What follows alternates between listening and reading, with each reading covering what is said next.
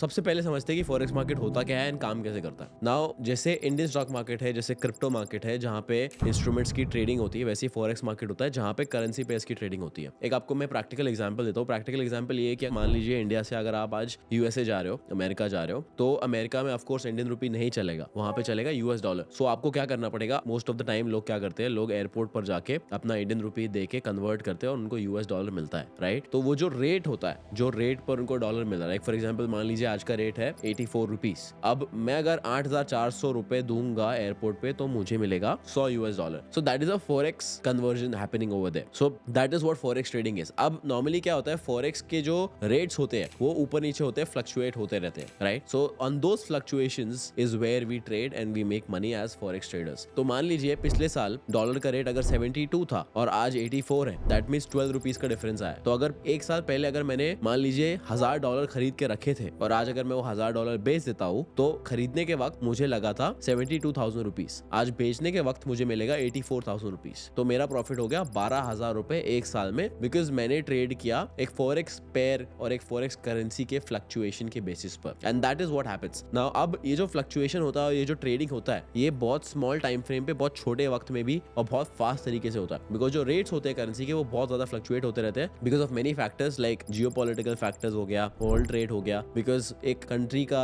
Fundamental और economical stability होता है, वो डिसाइड करता है उस कंट्री की करेंसी कितनी ज्यादा स्ट्रांग है। For example Pakistan is doing very very bad as a country, as an economy, and that is why Pakistan rupee का जो वैल्यू है वो बहुत ज्यादा गिर गया है। पहले Indian rupee used to be double then Pakistan rupee, but now it is almost 3-4 times. That means that Pakistan rupee has dropped by 50% in value because of the economic downturns. Now इस particular fluctuation को हम charts पर भी read कर सकते हैं, and हम of course speculate कर सकते हैं कि प्राइस ऊपर जाएगा या नीचे जाएगा, करेंसी रेट ऊपर जाएगा या नीचे जाएगा, और उसके बेसिस पे हम जो है ट्रेडिंग कर सकते हैं। So this is basically in a nutshell what forex trading is.